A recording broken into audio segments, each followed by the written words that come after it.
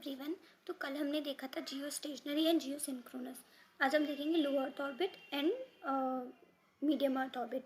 जैसा कि नाम बता रहा है ऑर्बिट, इसका जो ऑर्बिट है वो रिलेटिवली अर्थ सरफेस के क्लोजर होगा देन दी अदर ऑर्बिट्स, क्योंकि लो अर्थ ऑर्बिट है, नाम में ही छुपा है इसकी डेफिनेशन। तो इसका जो एल्टीट्यूड है अर्थ सरफेस से वो कहाँ से कहाँ तक हो सकता है, 160 kilometre to 1000 kilometre. Okay, satellites placed in LEO can be tilted.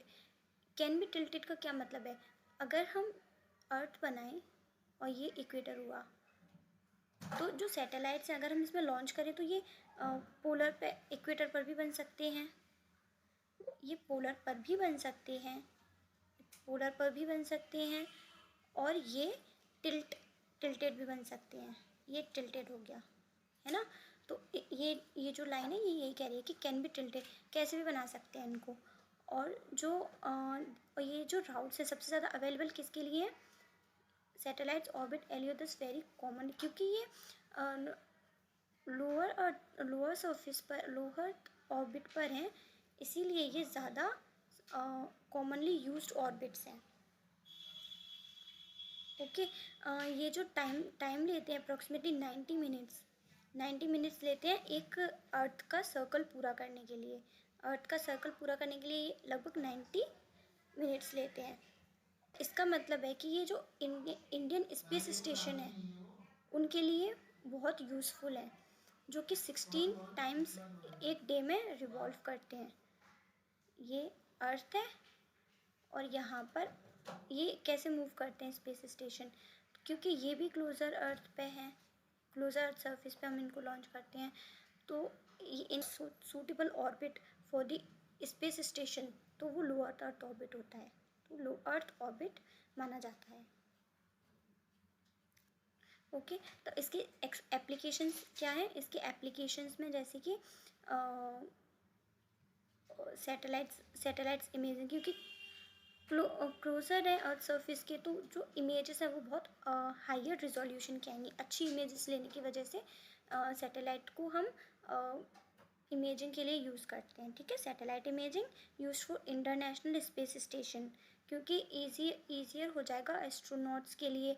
मान के चलो कोई मेडिकल इमरजेंसी भी है तो फटाफट से जो है ना, क्योंकि लो अर्थ ऑर्बिट पे है तो जो भी सामान चाहिए वो फटाफट से लैंडिंग करके ले पाएंगे और यूज़ कर पाएंगे।